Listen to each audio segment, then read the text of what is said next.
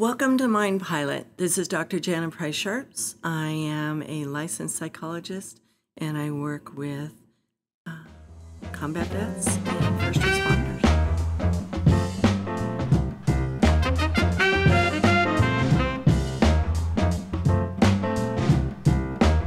So this morning we're going to talk about changing the focus. And what do I mean by changing the focus? I think sometimes people believe that you just have to feel the way you always feel when certain things happen. And that's actually not true. You have a lot of say-so over how your mind is processing information and how you're feeling about whatever is happening in your environment.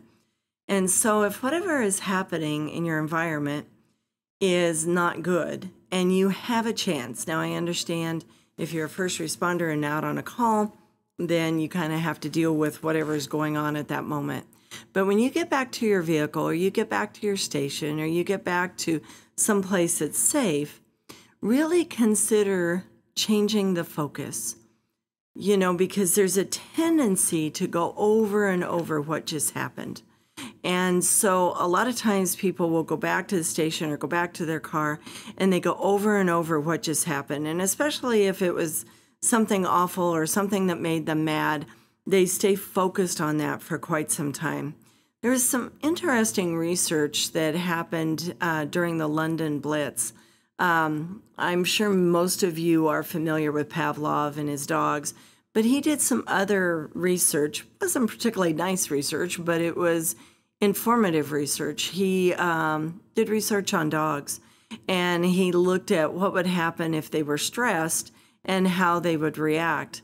And then the ones that reacted really heavily to the stress or very anxiety-based during the stress, he would actually anesthetize them for a little bit, and then right after the event, and then he'd bring them back out of anesthesia, and they were fine. They were no longer stressed.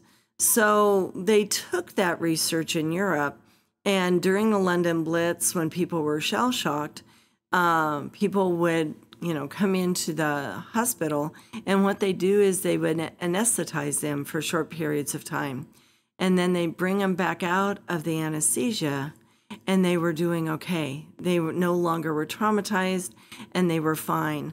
And I don't know this, but my best guess, based on what I know about cognitive psychology, is it probably interrupted the consolidation of the memory. And so these people would go through all this horrific stuff, get anesthetized, come back out of it, and they were fine long term. So I'm not saying go and anesthetize yourselves. That's not what I'm saying.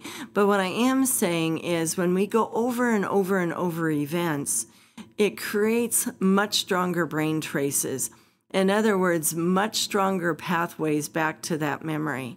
And so if you can distract your mind after something like that, it may very well be helpful. And I have seen this time and time again working with patients, that if they can go and watch something funny, if they can go do something that requires their attention, that they can't go back and think about the event, if they can let their brain calm down, a lot of times they can go back and think about the event and kind of process through it and get some closure with it.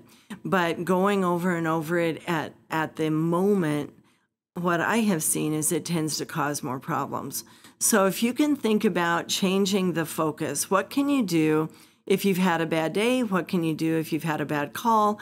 What can you do when you're in a really bad mood? What can you do to change your focus? One of my favorites is comedy.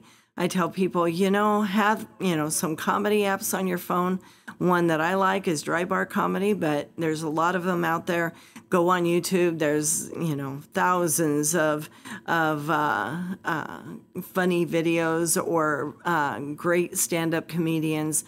And just take 10 minutes out of your life and refocus your brain.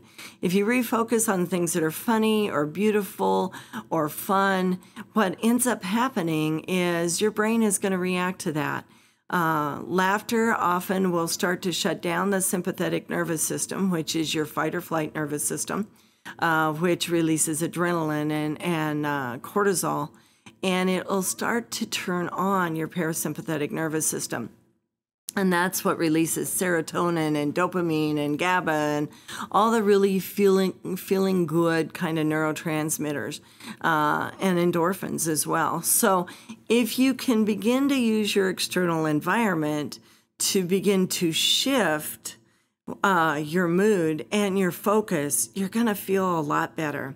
And it's amazing. It can take 3 to 5 minutes, but if you'll do it,